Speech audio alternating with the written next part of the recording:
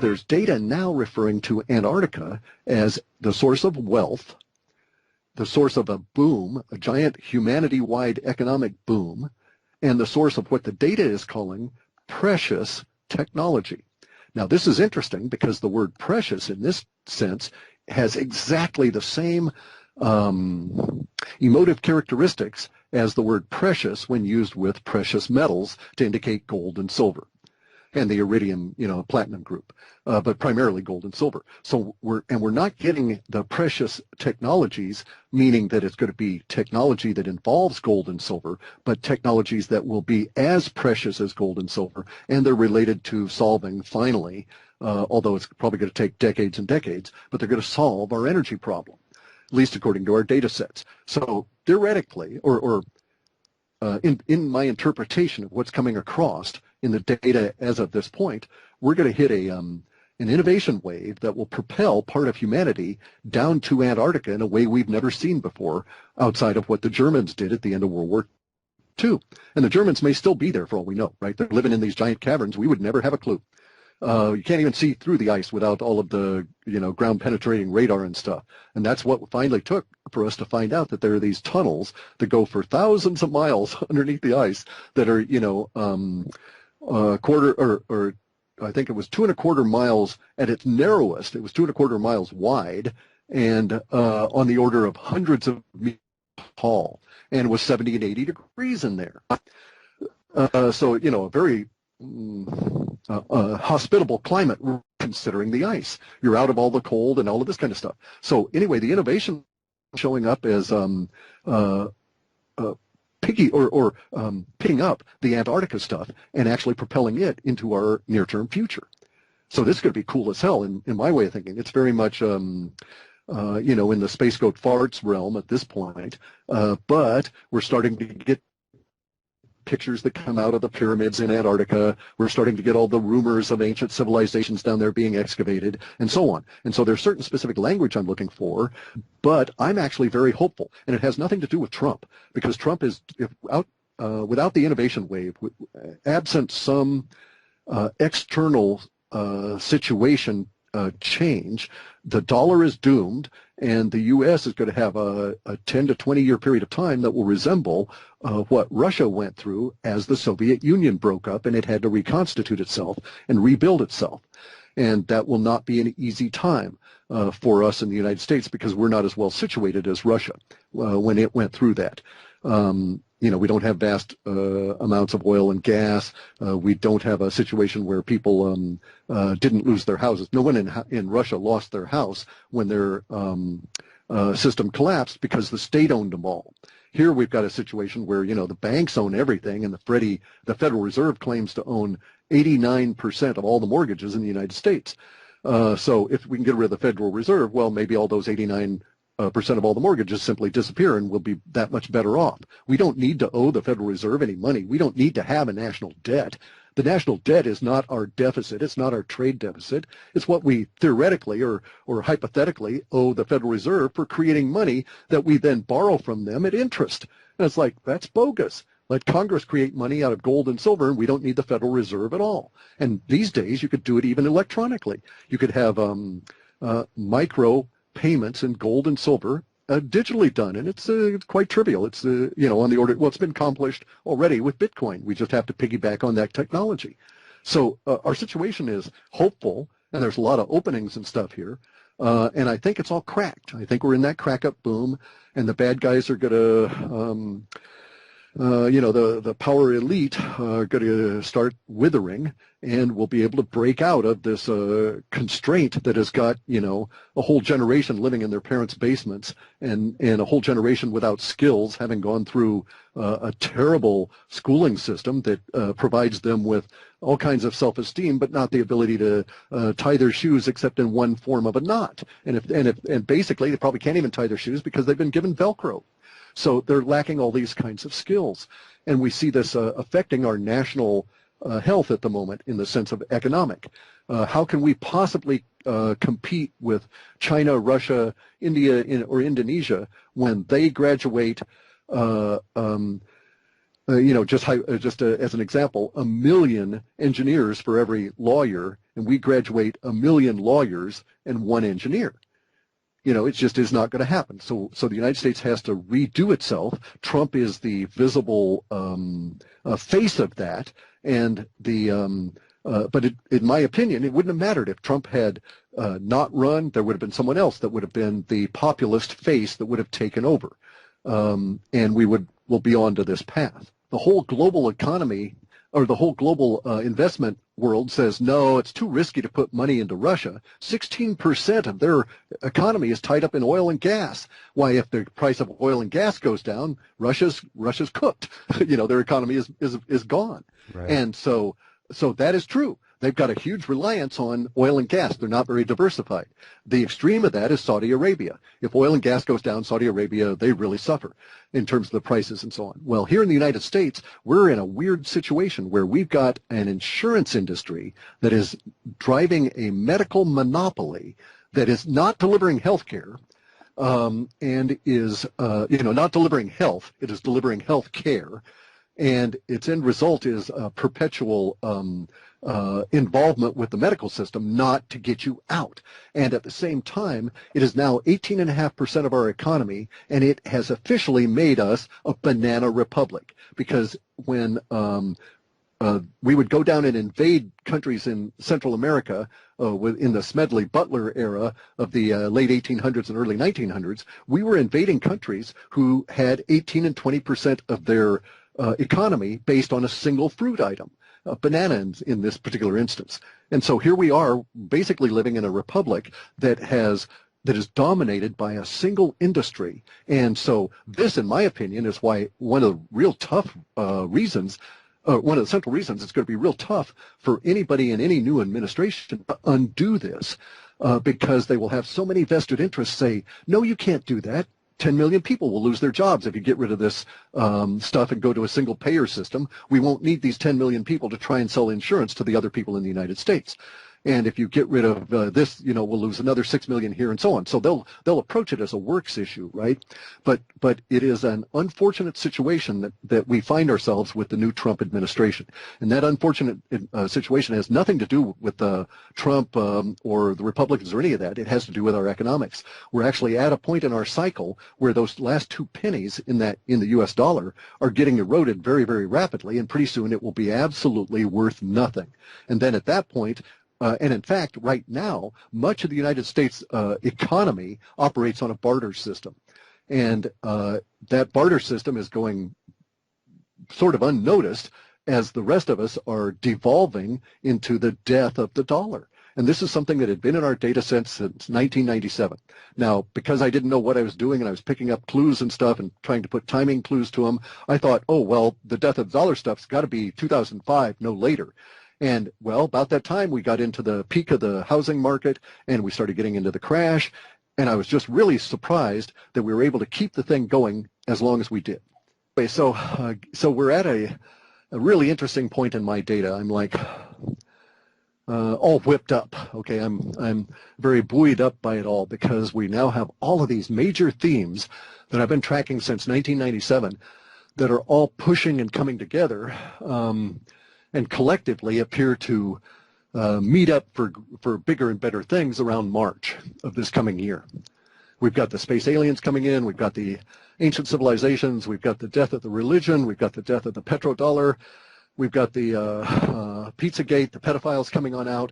That was originally forecast in like 2003.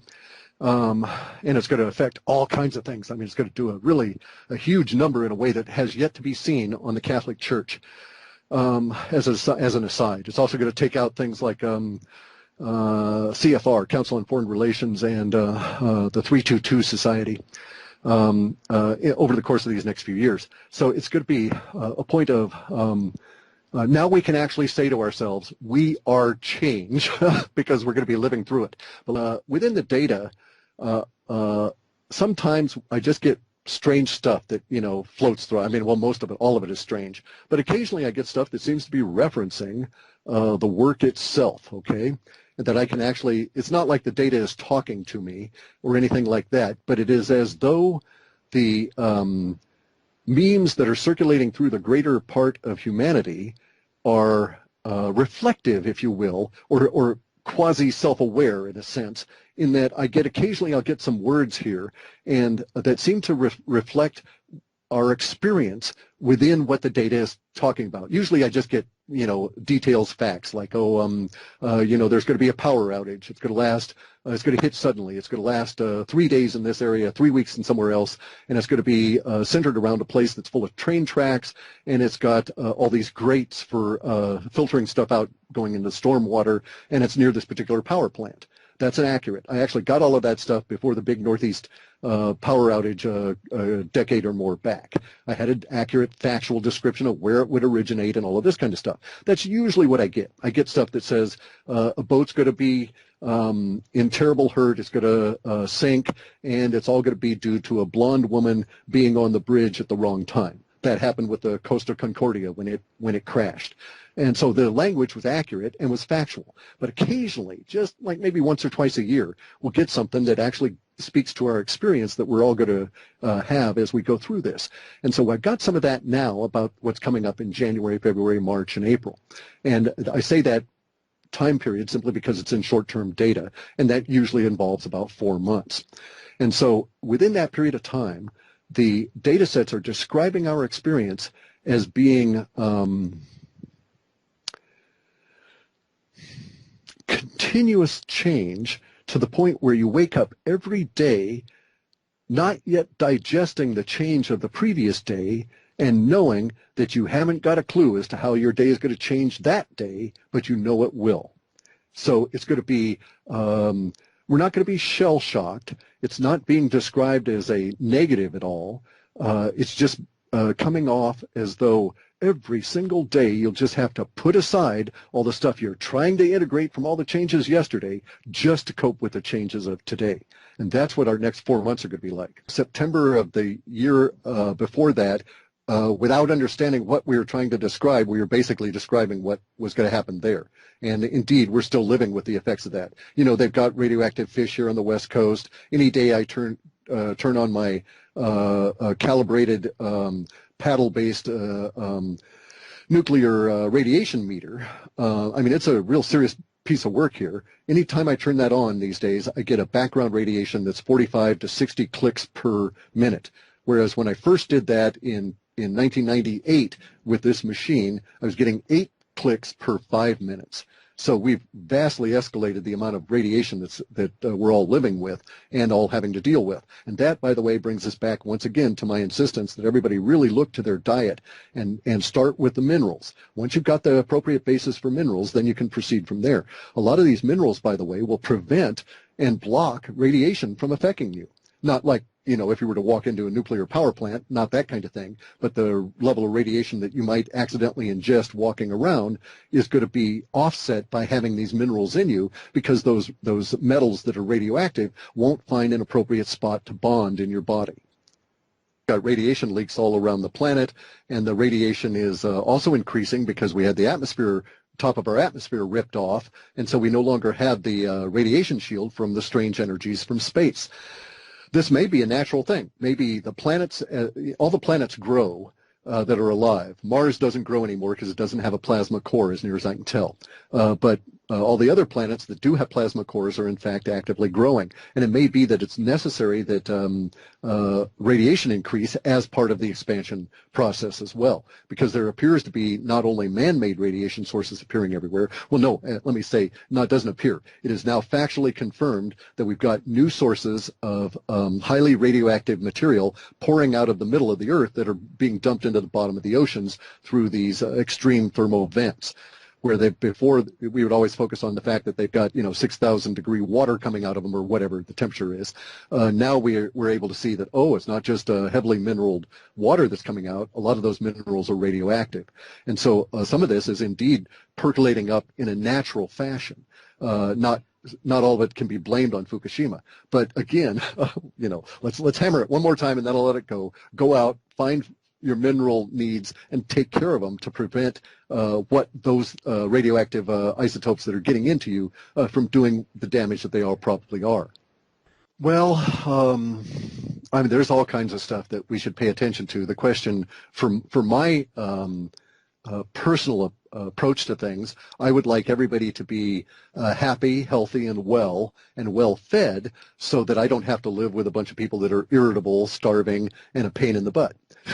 Right. So I'd like everyone to really start looking, especially as in the United States, especially as we go through these next couple of years, towards providing some of their own food sources. That is to say, growing some of their own food. The reason I'm suggesting this is because we already have confirmed evidence that we're now into a solar minimum that will last, won't peak until the next 7 years, till 2022, I think, okay, or 2024, somewhere in there it'll peak. But we're in a solar maximum, and our solar maximum has levels that don't even reach the same level of solar output that we usually see in a minimum. So we're headed into an ice age.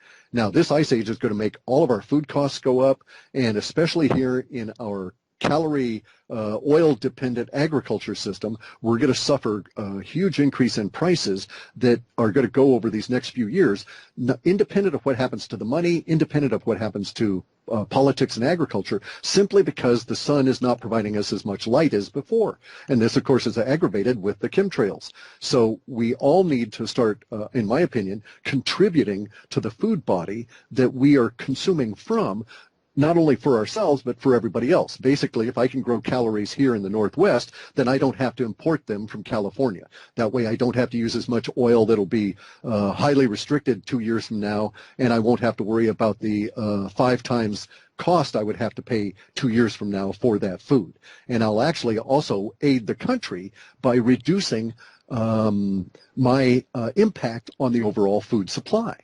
And so everybody that does that, you know, it's like the best food growing system this planet has ever seen, produced in anything like the last 3,000 years, existed in Russia prior to 1917. That country was able to feed half the world off of small organic farms in the most efficient calorie production system ever devised. The Russian agricultural system at that point, before the Bolshevik Revolution, took 15 calories of human effort to return 145 surplus calories. So it was almost a 10-to-1 return.